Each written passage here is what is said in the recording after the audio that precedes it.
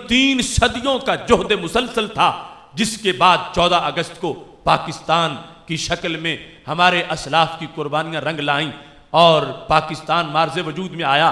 اس کے پس منظر میں جو صدیوں کی محنت اور صدیوں کا جہاد تھا اور صدیوں کی جد و جہد تھی، وہ ہمارے صوفیوں نے، ہمارے ولیوں نے، ہمارے علماء و مشائخ نے اس کو عبادت سمجھ کے اس میں حصہ لیا، عبادت سمجھ کے دن رات کام کرتے رہے۔ وہ رات تہجد گزار ہمارے اللہ کے ولی، انہوں نے عبادت سمجھ کے اس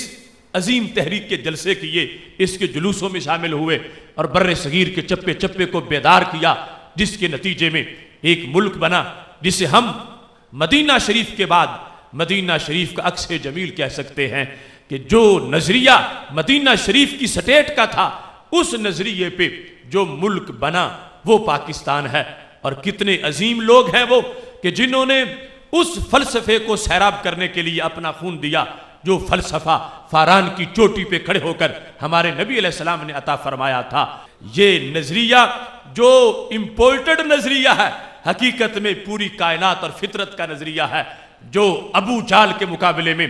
سید عالم نور مجسم شفیع معظم صلی اللہ علیہ وسلم نے پیش کیا، وہی راجہ دہر کے مقابلے میں محمد بن قاسم نے پیش کیا، وہی نظریہ اکبر کے مقابلے میں حضرت مجدد الفسانی نے پیش کیا، وہی نظریہ رائے راجو کے مقابلے میں وہ حضرت داتا گنج بخش حجویری نے پیش کیا، وہی نظریہ جو بابا فرید کا نظریہ ہے۔ اس نظریے پر محنت کی گئی، مشقت کی گئی اور اسے عبادت سمجھ کے اس کے لیے جہاد کیا گیا، جس کے نتیجے میں پاکستان جیسا ملک بنا۔ یہ ایسا ملک نہیں ہے جو نسل کی بنیاد پہ لیا گیا ہو، جو رنگ کی وجہ سے لیا گیا ہو، جو جغرافیے کی وجہ سے ہو۔ یہ ایسا نہیں کہ مشرق والوں کا ملک ہے یا مغرب والوں کا یا شمال والوں کا یا جنوب والوں کا یا کالے رنگ والوں کا یا گورے رنگ والوں کا یا کسی خاص بولی والوں کا نہیں، یہ کلمے والوں کا ملک ہے۔ اس بنیاد پر جو محنت کی گئی تو وہ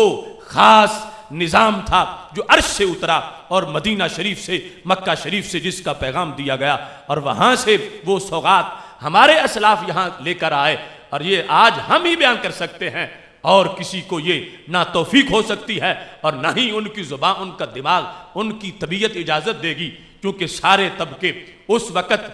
دوسری بولی بول رہے تھے۔ وحدت ہند، اکھنڈ بھارت، یہ ان کا نعرہ تھا۔ وہ سارے وحدت ہند کو لیلا بنا کے اس کے مجنو بنے ہوئے تھے۔ وہ گاندھی کے چرنوں میں چر رہے تھے، وہ کعبہ کے مقابلے میں دلی کے لال قلعے کی باتیں کرتے تھے، وہ زمزم کے مقابلے میں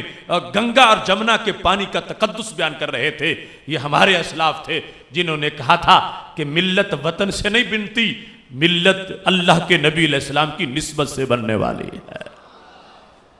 بر صغیر میں تحریک آزادی کو کچلنے کے لیے ابوالکلام آزاد جیسے لوگوں نے تقریریں کی اور حسین احمد مدنی جیسے لوگوں نے تقریریں کی کہ کوئی ضرورت تقسیم کی نہیں، بس ہمارا ملک ایک ہے، ہم ایک ہیں، چونکہ ہمارا جغرافیہ ایک ہے،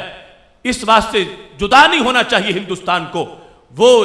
دلیلیں دے دے کر یہ باتیں سمجھا رہے تھے، لیکن یہ ہمارے اسلاف ہیں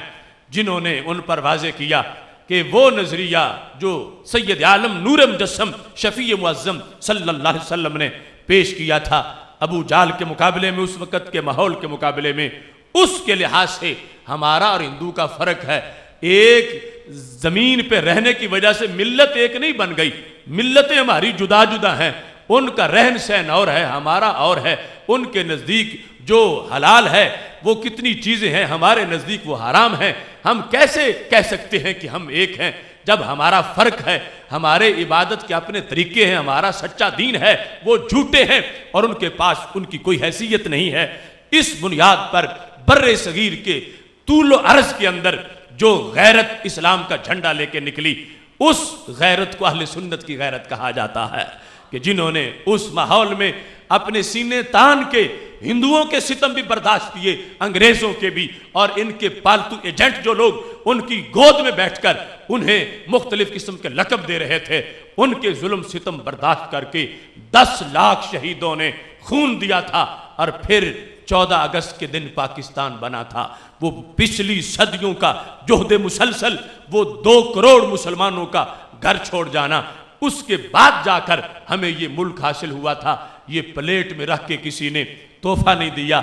ان لوگوں سے پوچھو فردوس کے بالا خانوں میں آج ان کی روحیں ہم سے سوال کرتی ہیں کہ ہم نے کتنے تقدس اور کتنے مقدس نظام کے پیش نظر یہ ملک حاصل کیا، اور تم اس کے اندر کن کن مقاصد کو جو بعد میں لانچ کر رہے ہو. ان کی روحوں کو بھی افسوس ہوتا ہے. اس واسطے آج اگر لفظ پاکستان کو ہی ہم سوچیں تو ہمارے بہت سے لوگوں کی الجھنیں ختم ہو سکتی ہیں. آج باتیں ہوتی ہیں کہ کیا پاکستان سیکولر ریاست ہے یا یہ دینی ریاست ہے. اس پر لوگ آپس میں جھگڑا کرتے ہیں. ٹیبل ٹاک کے اندر چینلوں پر کئی امریکی دکانوں کے کھلونے اور کئی